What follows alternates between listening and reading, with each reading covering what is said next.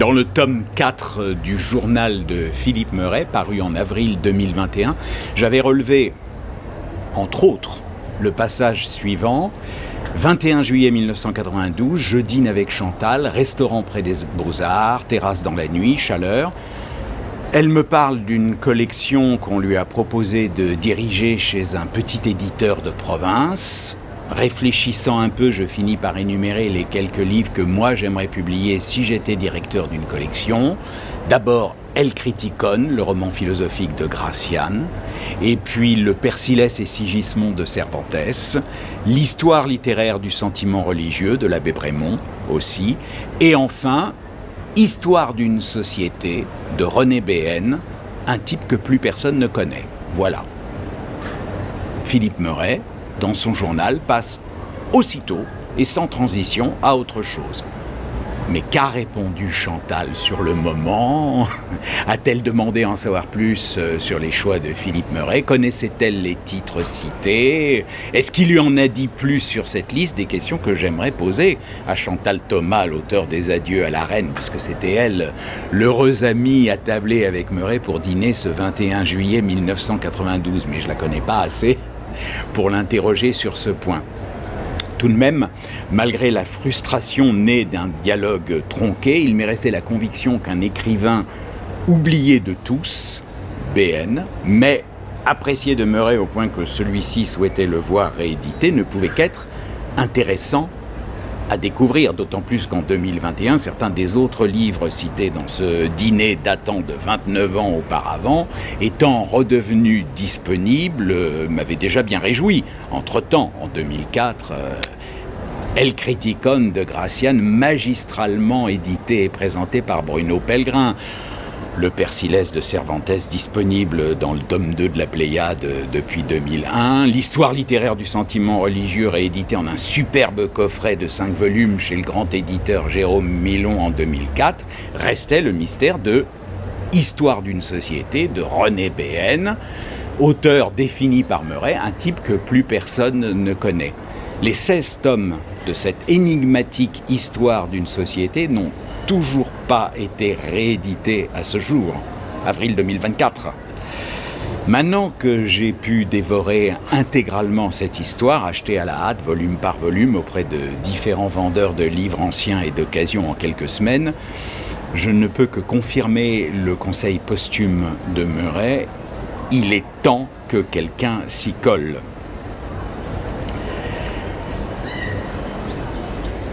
Je suis vieux, mais je me déclare prêt à participer à cette aventure, sans visée lucrative. Résumons, c'est une œuvre monstre, énorme et perturbante. Béhaine disait « Il y a Proust et moi », déclaration qui prête à sourire tant qu'on n'a pas commencé à le lire. Les 16 romans successifs qui forment cette odyssée ont été écrits entre 1899 et 1959, sur une période bien plus longue que la recherche du temps perdu.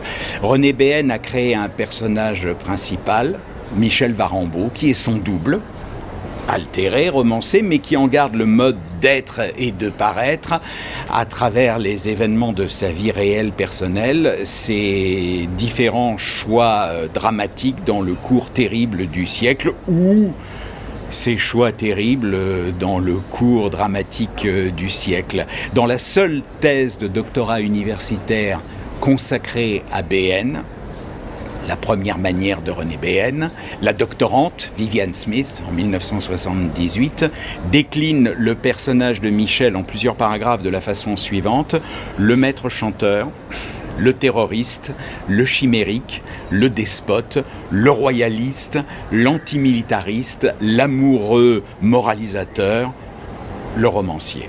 Autant l'alter ego narrateur de Proust peut entretenir des rapports de séduction avec son lecteur, autant le personnage de Michel déconcerte par sa dureté, son égoïsme et ses errements, comme s'il faisait tout pour se faire détester. L'humour béhainien, souvent énorme, à la Flaubert, n'exclut pas la lucidité envers soi-même de temps en temps, mais comme chez Meuret, et surtout constitué de saillies impitoyables, des portraits-charges d'une drôlerie sans scrupule envers les autres.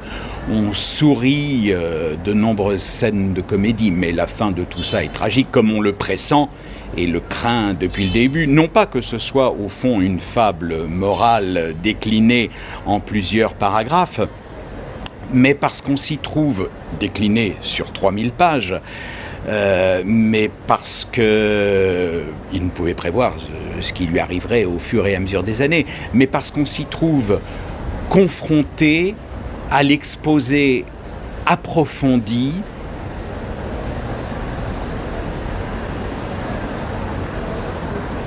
d'une vie intérieure. BN a gâché les relations avec son entourage à réussir son chef-d'œuvre. J'en dirai pas plus. Il est mort en 1966, quelques années après le dernier tome. Les quelques critiques qui ont parlé du colossal travail de BN l'ont comparé à Roger Martin du Gard, contresens, ou Zola, avec ses Rougon-Macquart. Rien à voir. Lui-même avait, dès l'âge de 15 ans, décidé d'être Balzac ou rien. Il a réussi les deux. Certains titres des romans qui composent la fresque m'ont attiré d'emblée. Dans la foule horrible des hommes, 1932, Si jeunesse savait, 1919, Ô peuple infortuné, 1936, L'aveugle derrière son miroir, 1958. Chaque roman existe à lui seul, mais il est préférable de les lire dans l'ordre chronologique, en commençant par Les Nouveaux Venus, 1908, puis Les Survivants, 1914, etc. Les heures passées à lire BN sont d'une intensité extrême. Les éléments que le romancier nous transmet pour évoquer les choses, pour indiquer dans notre petite tête les scènes, les lieux, les tensions, les émotions, nous imposent de réfléchir à ce qui nous passe justement à chaque moment par la tête et qui n'est pas toujours très reluisant. Ce que son texte évoque, les images qu'il suscite, qu'il esquisse, les opinions qu'il profère, le lecteur doit en assumer sa propre lecture. Identification, répulsion, adhérer ou s'en distancier. Les longues phrases de BN sont souvent des traquenards. La solitude existentielle de BN impose son roman comme l'art de la vie intérieure, qui en est le lieu et l'objet. J'ai dit à propos de Chantal Thomas que je ne la connais pas assez pour l'interroger. Formule ambiguë.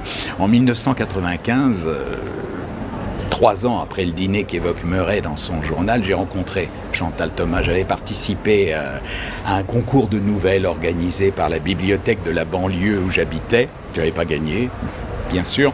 Mais lors de la remise des prix, sachant que Chantal Thomas avait présidé le jury, j'étais venu avec un exemplaire de son recueil « La vie rêvée des petites filles » qui venait de paraître. Elle avait volontiers accepté de me le dédicacer. Elle se souvenait même, m'a-t-elle dit avec un très beau sourire, de mon texte. Quel sourire!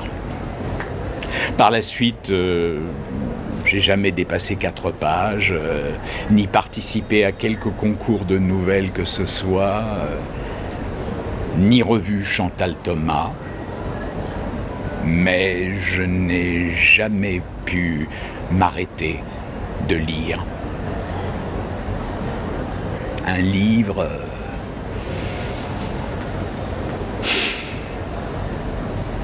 en appelle un autre.